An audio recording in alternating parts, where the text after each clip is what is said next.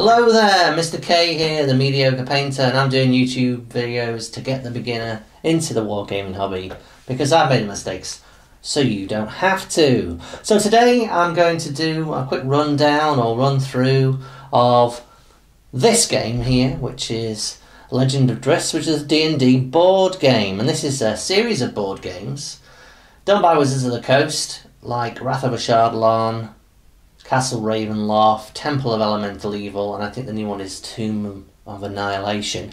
And they all follow the same sorts of system. They're all packed with miniatures and rules and cards and tiles and things like that, and you can all interchange it all together. And so there's now campaign rules out there and things like that. So there's actually quite a lot of depth out there for this series of games, even though it's actually quite simple to pick up, and everything you need is in one box to actually play. It's a really excellent little game, I think. So this box basically comes with everything you need, like I say, and it retails in the UK for £40 to £50 or something like that.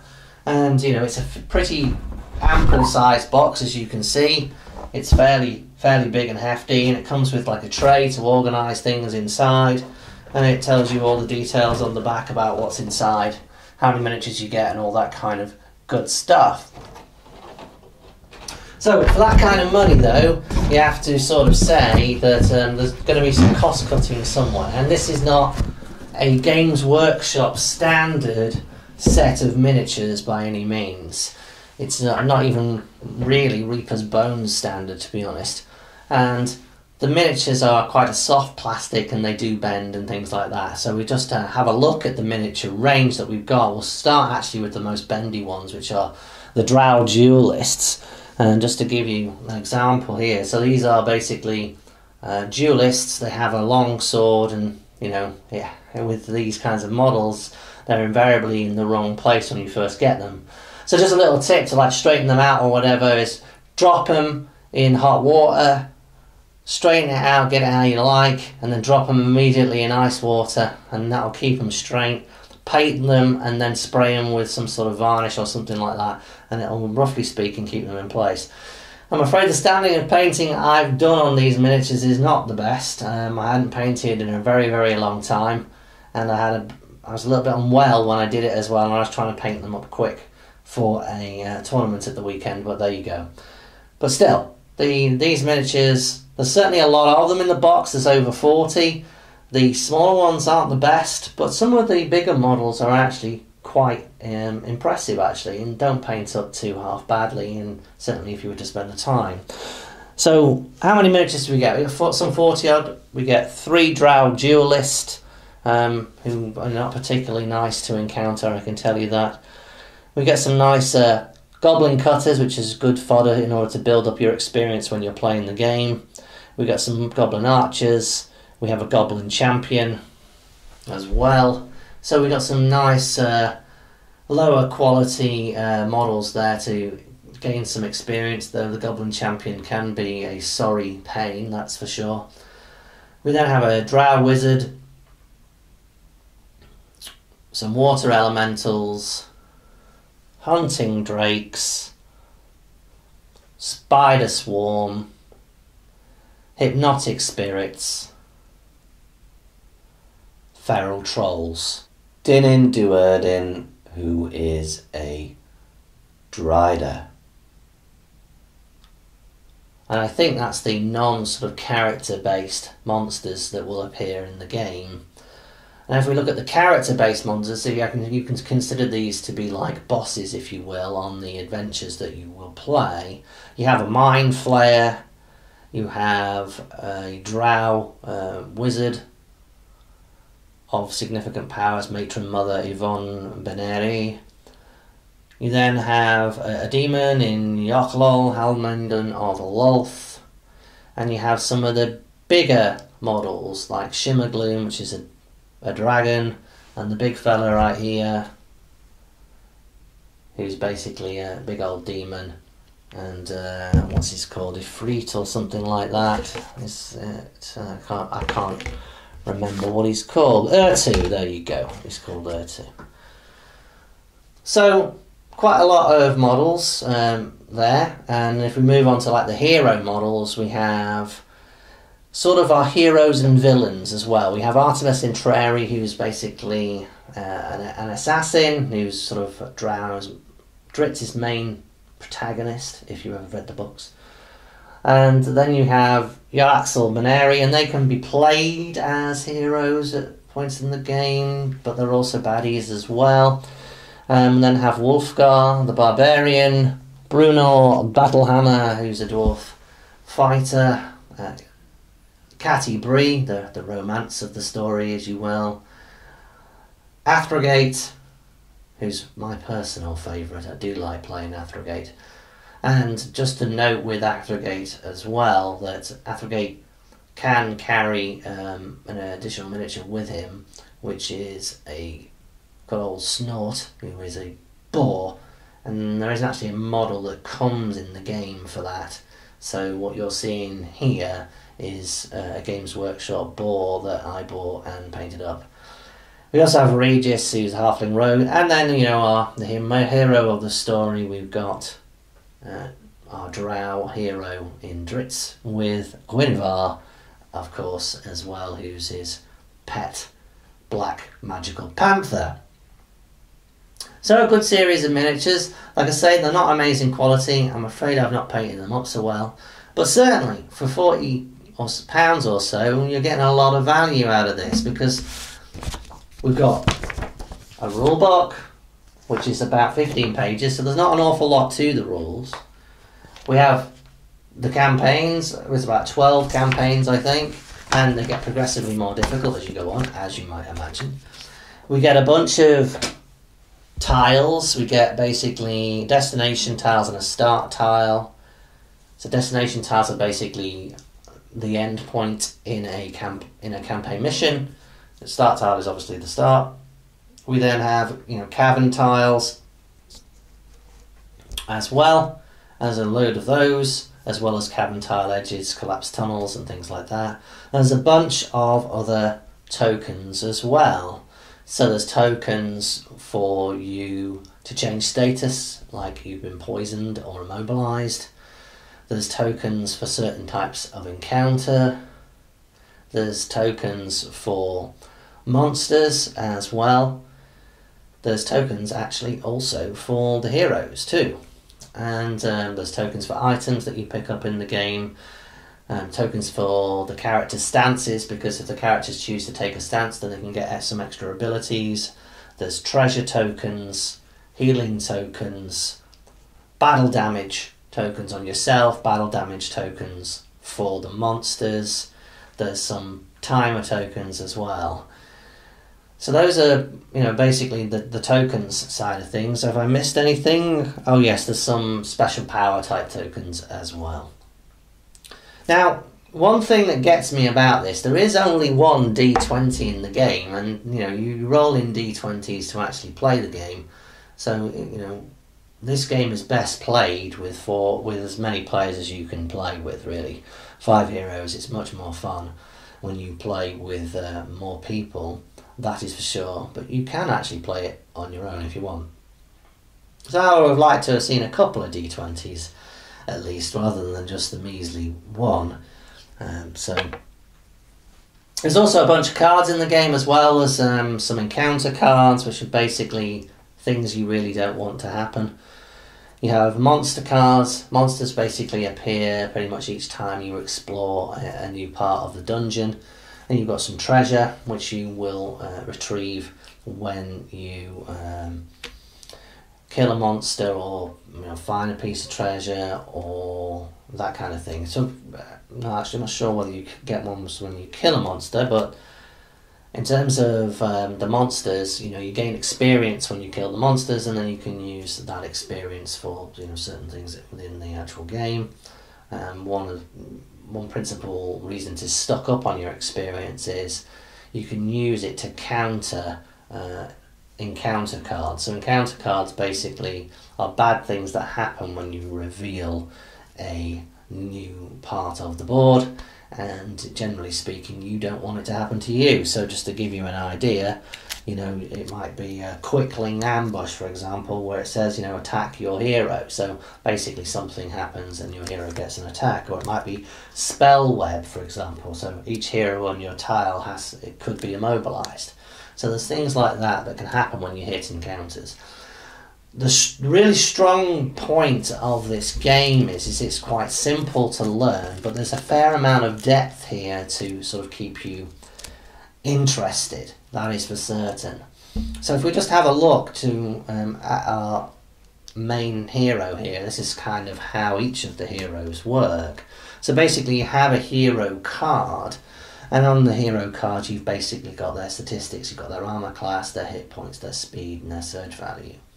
So basically you then have, you know, some maybe additional rules associated with that character. So in this case, you know, Drizzt can make an additional attack during the hero phase. So the sequence of play is basically a threefold sequence of play, and there's these little cards in the actual game to remind you of it, which is really quite nice, which is basically, you know, the hero phase basically is you can move and then make an attack, or make 2 moves.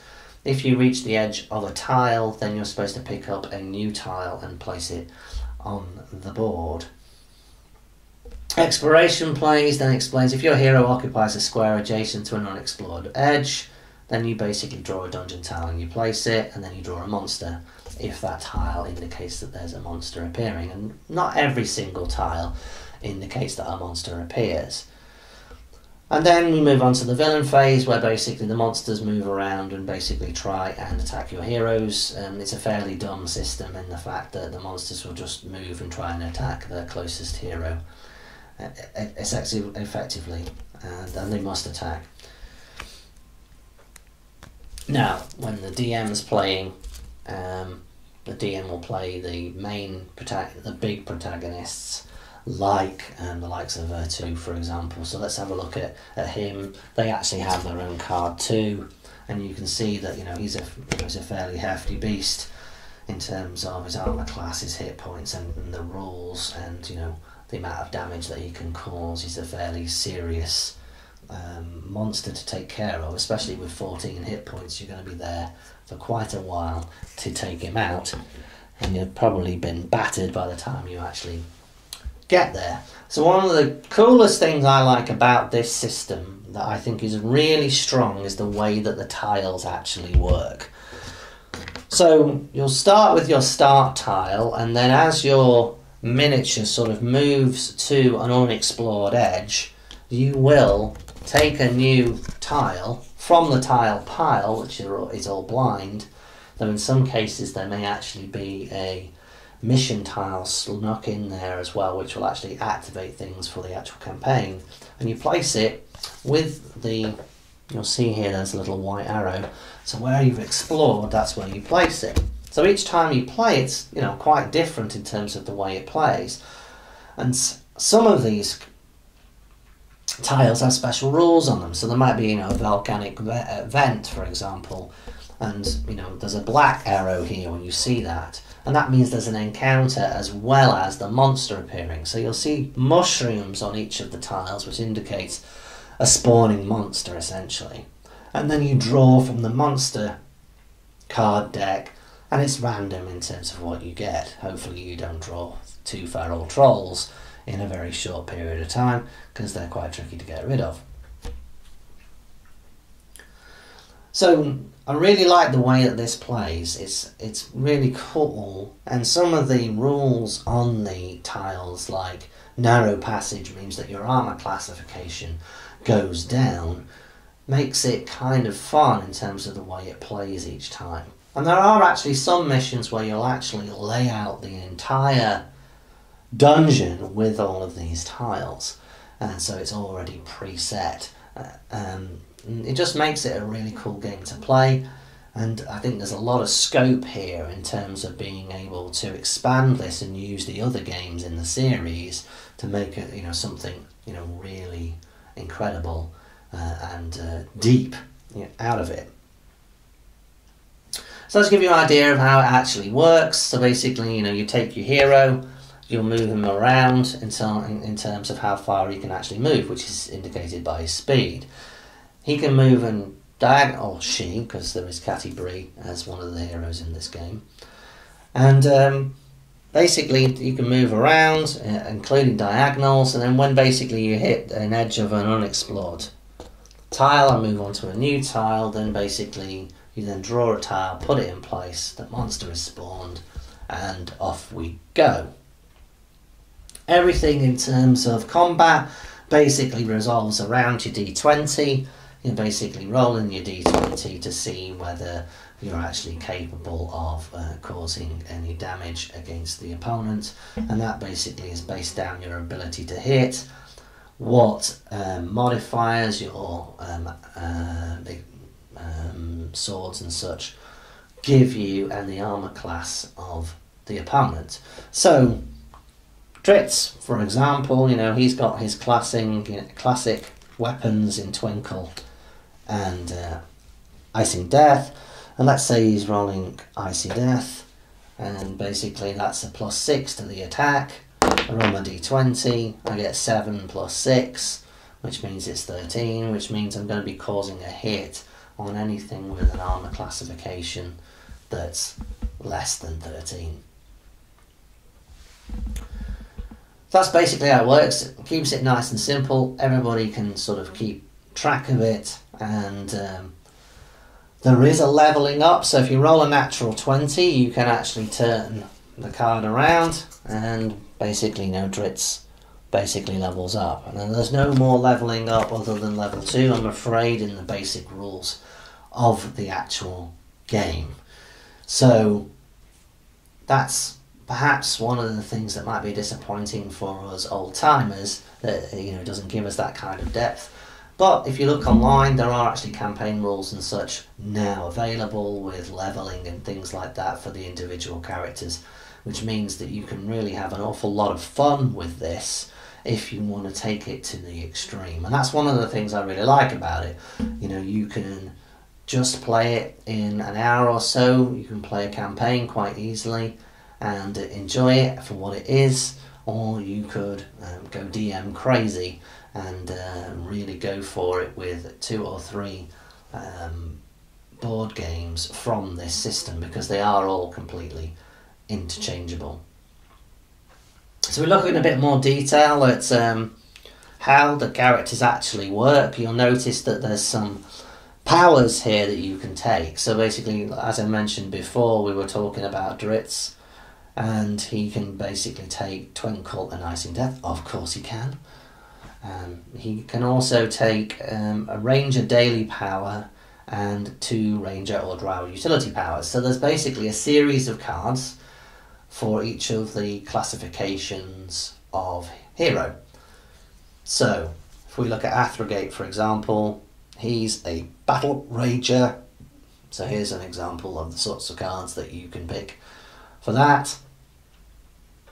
If we look at Catty Bree, she's a Human Archer. So here's some examples there. If we look at Brunor Battlehammer, he's a Dwarf Fighter. He's got some examples here. We then have Wulfgar, who's a Barbarian. So here's some examples of what cards he could take. And then we have Regis, who's a Halfling Rogue. Here's some examples that he can take. You then have sort of, 2 heroes that are a little bit, not really heroes, they're sort of bad guys, but you can play them as heroes in Jarlaxle and Artemis. So if we look at Artemis, he's got an assassin, so here's the sort of things that he can take. And you've got Jarlaxle, which is a swashbuckler and a drow, so those are the sorts of things that he can take. So there's quite a bit of variation in terms of what you can take and how those characters actually play. So if we focus back a bit more again on Drizzt, if you look at what you can take here, we've got 2 utility powers and a daily power. Now, I always like more models on the board on my side, so I think you'd actually be crazy as a utility power not to take the figurine of Guinevere, because that means Guinevere can be drawn into the game. She's an extra model on your side, and she is very handy. Very handy indeed. You've then got daily powers. You a selection from that you can take on the ranger side of things. Lone Drow's as good as any. This enables you to move your hero, his speed, and then attack an adjacent monster. So you can basically play that once during the actual campaign. That's why it's got a daily power. And you've got utility, another utility power that you can pick. Perhaps might be Darkfire. So use joining hero phase and place a -4 AC token next to your monster within one tile of your hero, and then you discard the token when that monster is defeated, and you'll flip that card over after you. So the cards tell you exactly what's happening. And there's a variety of cards in the Drow pack and in the Ranger pack that you can pick and choose from. These are just a selection, but just gives you an idea of how this thing actually plays.